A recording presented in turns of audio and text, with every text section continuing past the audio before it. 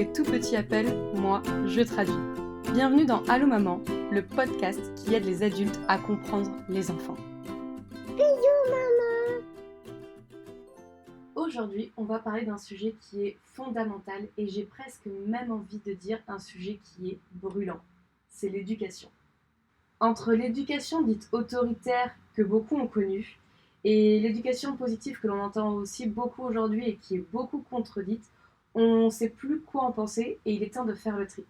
Donc aujourd'hui, je vais vous dire ce qu'elle en pense, la science, ce qu'elle dit sur ces deux courants, comment on peut vraiment aider un enfant à grandir et à coopérer et à s'épanouir. Donc si ce sujet t'intéresse, n'hésite pas de l'écouter et de l'envoyer à une maman ou un papa qui pourrait être intéressé et bien sûr à t'abonner à ce podcast pour lui donner de la visibilité. Let's go, c'est parti. On va commencer par parler par l'éducation qui est dite autoritaire, que l'on a plus ou moins tous connue ou entendue de par les générations précédentes.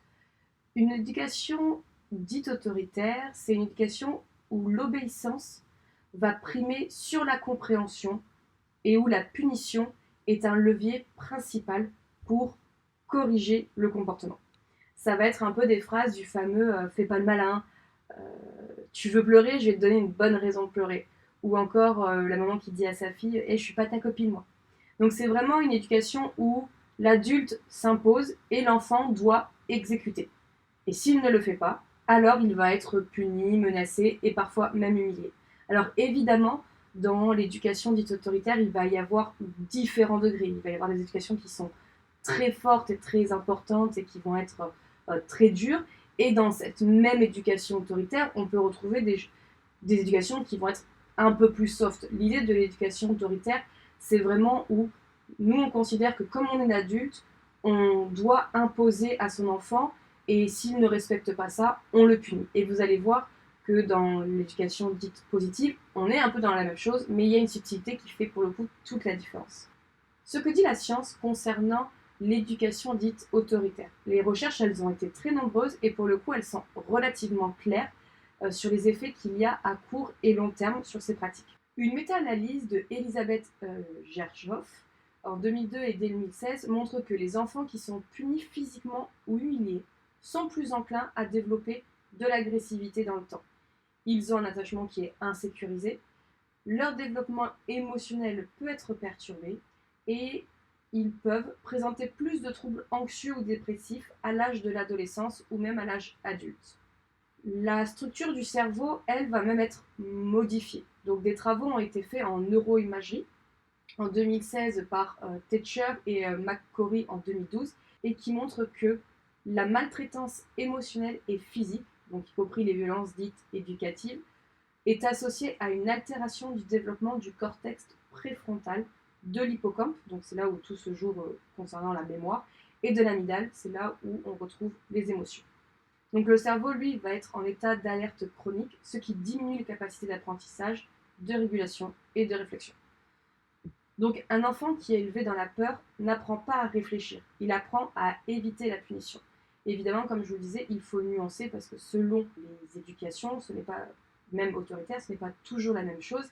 Et évidemment, je veux rassurer là-dessus, c'est pas parce que une fois vous allez avoir un moment où vous allez être un peu plus virulent, où on va plus être dans une éducation autoritaire que votre enfant va être complètement ravagé au niveau du cerveau. C'est pas du tout le cas. Là, on est vraiment sur une éducation qui est dite répétitive, qui est courante et qui dure sur tout le long de l'enfance. C'est pas occasionnel, évidemment, si c'est quelque chose qui est occasionnel, même admettons, parce qu'un jour vous êtes fatigué et vous donnez un peu sans le vouloir avec regret, mais une fessée à votre enfant, eh bien, ce n'est pas dramatique dans l'impact que ça va avoir en tout cas avec votre enfant. Derrière, évidemment, si c'est occasionnel, ça n'a rien à voir. Là, ces études-là, elles montrent ces dégradations sur l'enfant quand ils ont été répétés vraiment tout au long de l'enfance. Et même sans parler jusqu'à des violences physiques, une étude de Afifi en 2017 a montré que les enfants qui étaient exposés à des cris réguliers, des menaces ou une discipline sévère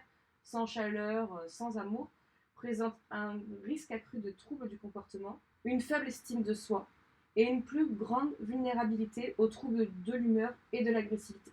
Donc c'est-à-dire que même si, vous voyez, sans que vos parents aient été dans la violence, mais juste ont crié souvent, constamment, à longueur de journée, ça peut aussi avoir des impacts sur comment vous serez plus tard et sur les conséquences. Donc là, sur les conséquences à long terme, vous le comprenez, on peut avoir donc des risques accrus sur les troubles de la personnalité.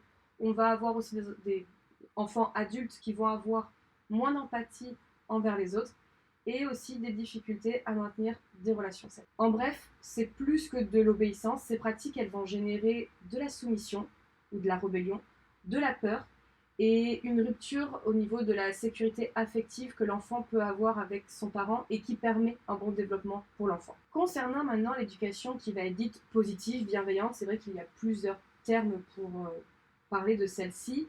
On va souvent dire que c'est une éducation qui va être laxiste, mais ce n'est pas du tout le cas et je vous expliquerai un petit peu la différence tout à l'heure. Il y a vraiment confusion quand on parle d'éducation parce que beaucoup vont dire oh bah c'est du laisser faire, on pose pas de limites, on va faire des enfants rois. Mais c'est pas du tout le cas et surtout c'est pas du tout ce que dit la science. Donc concrètement, l'éducation bienveillante, c'est quoi? Elle repose sur quoi? Elle repose sur la compréhension du développement neurologique et émotionnel de l'enfant.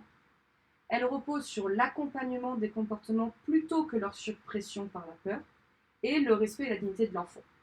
Donc en gros, il faut vraiment comprendre, elle n'élimine pas les limites, mais elle les pose avec fermeté et douceur. On parle de fermeté bienveillante et non pas de laxisme. Une éducation où vous laissez votre enfant tout faire sans limite, juste parce que voilà, vous voulez être bienveillant, c'est une éducation qui va être dite permissive. Vous lui laissez tout faire et ce n'est pas du tout bon pour votre enfant parce qu'effectivement, c'est vrai, il a besoin d'un cadre. Et donc, dans l'éducation bienveillante, on va poser ce cadre, mais de façon bienveillante et avec respect et dignité pour l'enfant. Que dit la science sur cette éducation dite bienveillante? Les travaux, notamment de Siegel et Brisson, montrent que les enfants dont le système nerveux est en sécurité peut accéder à son cortex préfrontal, donc c'est la zone du raisonnement, plus rapidement que les autres enfants qui ne se sentent pas en sécurité. Donc au plus vous allez avoir cette éducation bienveillante, au plus votre enfant après va avoir un cerveau mature rapidement et va pouvoir avoir cette capacité de raisonner, de prendre un recul sur la situation et donc après de grandir sereinement avec les bons éléments. Ce qui est important de comprendre, c'est que le cerveau de votre enfant, lui, il est immature jusqu'à ses 25 ans. Alors évidemment à certains degrés, mais jusqu'à l'âge de 5-6 ans, son cerveau ne peut pas réguler ses émotions seul. C'est quelque chose qui n'est pas encore réglé, assemblé dans son cerveau. Et du coup, il a besoin de vous en tant que parent pour l'aider à ce sujet, parce qu'il ne peut pas le faire tout seul. Donc il a besoin qu'on l'aide à construire et à comprendre ce qu'il se passe. Les résultats montrent à long terme que les enfants qui ont été élevés avec une éducation bienveillante ont une meilleure régulation émotionnelle, développent plus d'empathie, ont moins de comportements agressifs, et ça même à l'adolescence, et font preuve de meilleures compétences scolaires et sociales. Évidemment, tout ça, ce sont des statistiques sur un nombre d'enfants, ce n'est pas la vérité absolue. Donc vraiment, ce n'est pas l'autorité qui va créer des enfants responsables dans le futur, c'est la qualité du lien, la cohérence et la sécurité intérieure. Alors évidemment, il y a ce fameux mythe de « Ah mais si on est trop bienveillant, on va en faire un enfant roi ». Et c'est ce qui fait beaucoup peur dans l'éducation positive, bienveillante, c'est d'avoir des enfants rois qui peuvent se permettre de tout faire. Sauf que comme je vous le disais, ce n'est pas du tout le cas et ça c'est vraiment un mythe. L'éducation positive, si vous la pratiquez correctement, elle pose des limites, mais sans peur ni humiliation. Elle n'élève pas des enfants qui font ce qu'ils veulent, ça c'est vraiment pas du tout l'objectif. Elle élève des enfants qui comprennent pourquoi ils ne peuvent pas tout faire. Et c'est vraiment ça qui fait la différence. C'est qu'aujourd'hui, dans l'éducation bienveillante et positive, on explique à un enfant pourquoi il ne peut pas faire ça et comment il pourrait agir pour ne pas reproduire ce comportement qui est négatif. Donc on se concentre plus sur le positif que sur le négatif. En gros, c'est tu ne peux pas taper. Je vois que tu es en colère. On va chercher une autre solution, une autre façon de faire pour régler ça. C'est une posture qui va évidemment s'apprendre et c'est à force de répétition que l'enfant va le comprendre. Il va le pratiquer et l'éducation va donc entrer tout naturellement. Donc vraiment, c'est quelque chose qu'il faut comprendre, c'est que dans l'éducation dite bienveillante, on explique, on accompagne et on nomme les émotions. Mais on maintient bien les limites sans crier ni punir, car crier, c'est justement le reflet d'une émotion que nous, les adultes, on ressent. Donc on va crier pour libérer ce qu'on ressent, mais ça ne va pas aider ni l'enfant, ni soi-même d'ailleurs, parce que l'enfant va se dire ok, quand on est énervé, on peut se mettre à crier, et puis vous, ça ne fait rien avancer. Et ça, on va pas se mentir, c'est un peu la vérité, même avec des adultes, c'est-à-dire que entre deux adultes, si vous vous mettez à crier dans une discussion où vous êtes fâché, généralement la discussion elle va jamais aller bien loin, puisque tout le monde va être fâché, personne ne va écouter ce que l'autre a à dire. Donc c'est toujours, même entre deux adultes, plus intéressant de se parler intelligemment et d'exprimer ses émotions, ses ressentis, etc., plutôt que de se crier dessus. Donc c'est pareil pour un enfant, il est complètement capable de comprendre les choses, mais il faut le faire avec intelligence, et donc essayer de s'apaiser et de ne pas réagir à l'instant T. Souvent, on dit qu'il faut laisser 90 secondes aux parents. Donc, quand vous sentez que votre enfant vient de faire une bêtise, plutôt que de réagir directement, soufflez, prenez une minute et demie, 2 minutes avant de réagir. Et ensuite, voilà, prenez le temps de souffler et ensuite expliquez à votre enfant que ce qu'il vient de faire, ce n'est pas bien. Et réparez ensemble l'erreur. Donc, concrètement, comment on fait? Parce qu'évidemment, c'est bien beau de dire tout ça, mais qu'est-ce qu'il faut faire? Les recherches ont montré que ce qu'il est important de faire, c'est de dire ce qu'on attend de l'enfant, plutôt que ce qu'il ne doit pas faire. Donc, c'est pas dire arrête de taper. Au contraire, c'est fais des caresses, fais des doudous, utilise tes mains pour faire autre chose. Être dans le positif plutôt que dans le négatif. Il est très important pour les enfants, surtout avant 5-6 ans, de nommer l'émotion qu'ils sont en train de ressentir, parce que eux ne comprennent pas ce qui se passe, et donc plus on va nommer l'émotion, plus ils vont la comprendre, et en plus ils vont se sentir compris. Et ça, c'est vraiment quelque chose d'important. Ensuite, c'est de proposer une alternative au comportement qui est inacceptable. Ça, c'est vraiment important. C'est bien de dire t'as pas le droit de faire ça, ou ah bah tu viens de taper ton frère. Ok, mais qu'est-ce qu'il peut mettre en place à côté pour justement, lorsqu'il ressent une émotion comme ce qu'il vient de ressentir, qu'est-ce qu'il peut faire pour contourner et ne pas faire quelque chose qui n'est pas cohérent. Donc, ce qu'il faut être, c'est vraiment, il faut être cohérent, ferme, mais très calme. Ça, c'est vraiment le plus important. On a beaucoup parlé du time out, donc le fait d'isoler un enfant. Vous verrez beaucoup de débats à ce sujet. Beaucoup de personnes ne sont pas forcément pour et d'autres sont contre. Au niveau de la science, ce que les recherches disent, c'est qu'un time-out qui va être expliqué et qui ne va pas être long, c'est-à-dire qu'un time-out ne doit pas dépasser les 2 minutes, parce qu'un enfant, lui, ne va pas prendre le temps de réfléchir à sa bêtise pendant 1 heure. Donc en fait, juste c'est un temps où vous allez le mettre de côté, l'isoler un peu, ensuite vous allez lui expliquer, voilà, tu as été dans le coin parce que tu viens de faire cette bêtise et que tu avais besoin de te calmer, et moi aussi j'avais besoin de me calmer.